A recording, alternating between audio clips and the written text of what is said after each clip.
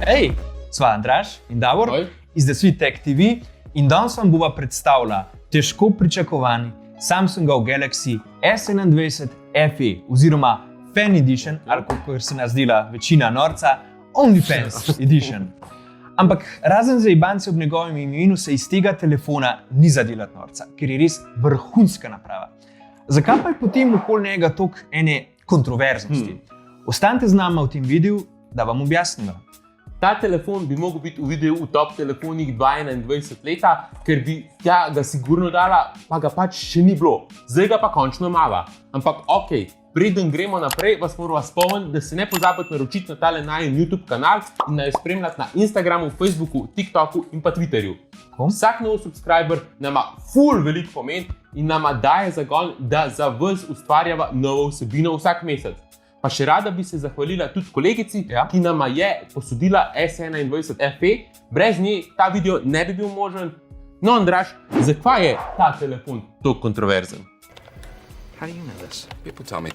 Preden začneva, hočva res poudariti, da nočva delati drame, ker res ni nič sporenega glede samega telefona. S21 FE je namreč vrhunski, skoraj premijski telefon, ki ima specifikacije nesramno dragih flagshipov, ampak je zaradi nižje cene bolj dostopen od njih in spada v flagship killer kategorijo. Zdaj, je to popoln telefon? Ne. Tudi njemu manjka par stvari, ki bi jih pričakovali od izdaje za fane. Ampak vseeno to ni razlog, ki sproži debato okrog tega telefona. Kaj pa jo je sprožil? Vam bova zaupala kasneje, ampak dajmo si najprej pogledati Samsungov telefon, ki je na prodajne police prišel 7. januarja skraj dosti zamude. Najprej se je govoril, da bo Samsung ga predstavil konec poletja oziroma v jeseni 2021, potem se je šepetali, da so ga že skenslali vmes, dokler se decembra 2021 spet ni začel več govoriti o njem in ga je Samsung končno predstavil 4. januarja letos. Zdaj je telefon tukaj med nami in v prvi vtis, ki sva ga dobila, ko sva ga vzela v roke, je bil, da je Samsung s tem telefonom res naredil korak naprej glede dizajna napram S20 FE.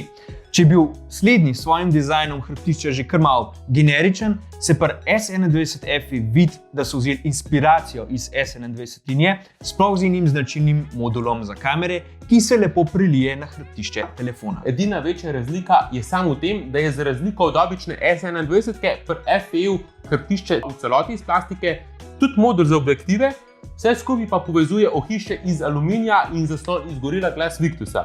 Kljub temu ne gre za pocen plastiko, ampak trpežno in trdno, zaradi česar bo tudi vaš telefon ob morebitnem padcu lažje preživel v enem kosu, oziroma se mu bo hrbet veliko težje zdrobil, kakor pa če bi bil iz stekla.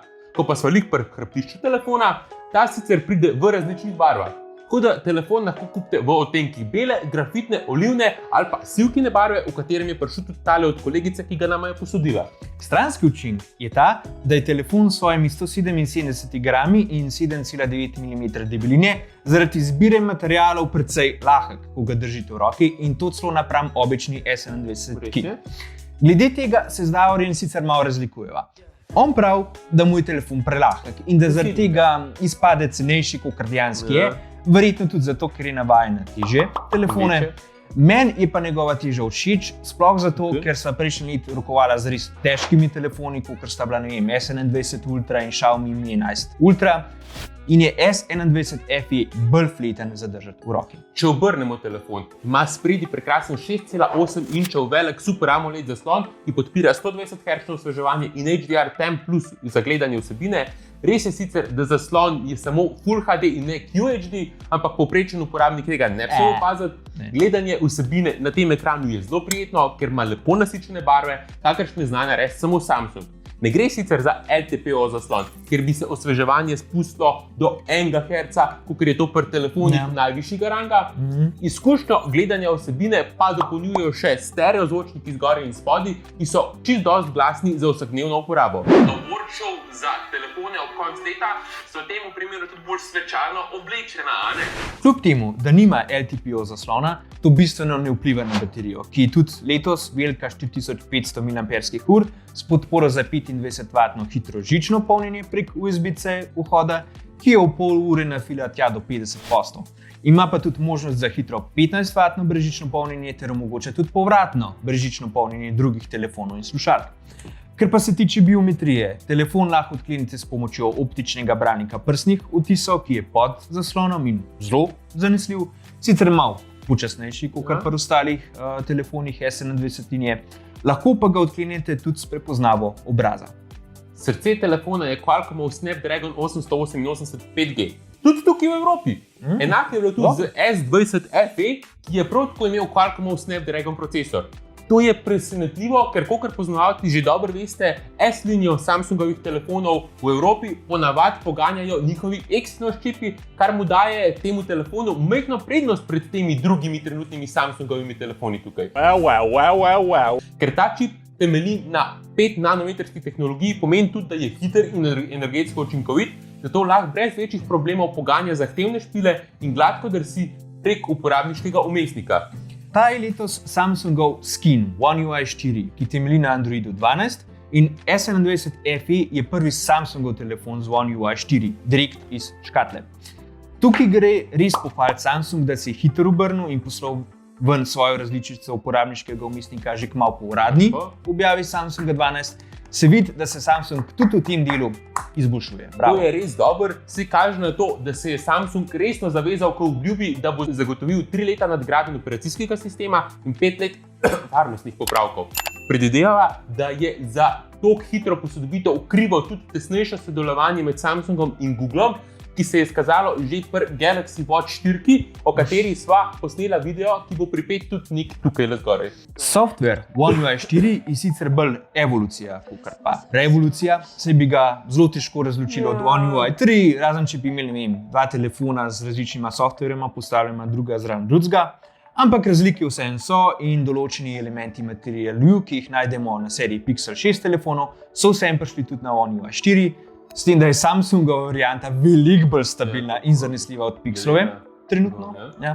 Najbolj opazna razlika je sistemska barvna paleta, ki prilagodi barvo kontrolnih tipk in ikonc aplikacij glede na barvo wallpaperjev oziroma ozadij glavnega zaslona. So pa še druge spremembe. Naprimer, lažje boste dostopali do nastavitev za zasebnost, prav tako pa boste lažje določili velikost in postavitev widgetov oziroma pripomočkov.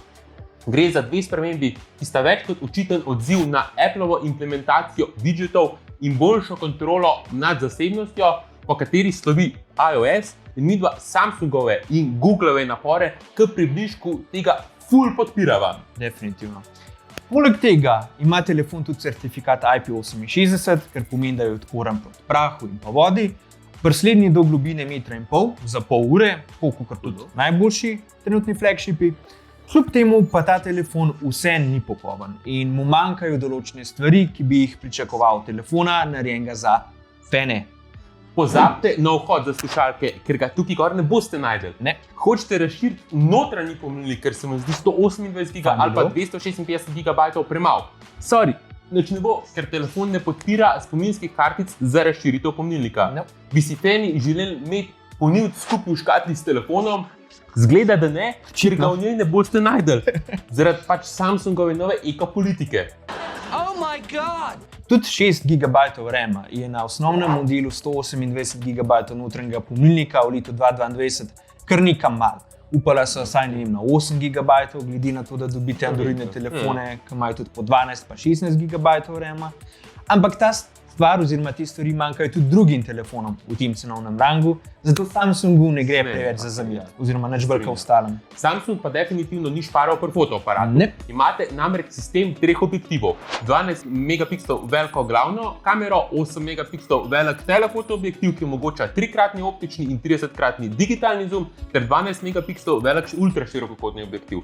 Kakor vidite, so fotke odlične, ne pretirano nasičene ter dovolj ostre, da zadovoljivo vidite podrobnosti z odličnim dinamičnim razponom. Tudi nočni način je super in izostri nočne fotografije, da te niso toliko zablurane. Podobno velja tudi za videe, kjer je omogočeno snemanje do 4K in 60 fps-jev, ponuja pa tudi funkcijo dvojno snemanje, kar pomeni, da prikaže predogled iz obeh glavnih kamer, tako sprednje kot zadnje, in potem izbirate, s katero hočete snemati. Ta zgodba se prenese tudi na 32 megapikslov veliko sprednjo selfie kamero, ki je še večja od 10 megapikselskega objektiva na obični S21. Z njim lahko delate selfie, kjer se odlično loči subjekt od ozadja, Prav tako pa lahko delate videe pa 4K in 60 fps-jih, kar pomeni, da je telefon dober tudi za Instagram blogerje in pa youtuberje. Če pa ste zdaj prišli že toliko daleč v tem videu, se verjetno na tem mestu sprašujete, kje je catch? Zakaj se določeni tehnološki youtuberji nad njim toliko zmrdujejo? Ja. Če pa je več kot očitno dober, bi mogel biti praktično priporočen za vsakega povprečnega uporabnika, ki si želi imeti dober telefon. Odgovor ne leži v kvaliteti tega telefona, temveč v času, ko je bil izdan in na njegovi ceni. Zdaj, za razliko od njegovega predhodnika S20 FE, ki se je začel prodajati 2. oktobra 2020, se je začel S21 FE prodajati začetek januarja, torej samo dober mesec pred uradno naznanitvijo novih S22. Njegov predhodnik je imel tako skoraj cele 3 mesece prednosti, preden so se začeli prodajati S21, to je luksuz, ki ga S21 FE napram S22 nima. Tudi s ceno 749 € v prosti prodaji je predrag, da bi bil resna alternativa svojim dražjim bratom iz S21 linije, ki jo v različnih akcijah in popustih lahko celo dobite cenejši trenutno, kot pa S21 FE, pa še s kakšnim darilom več.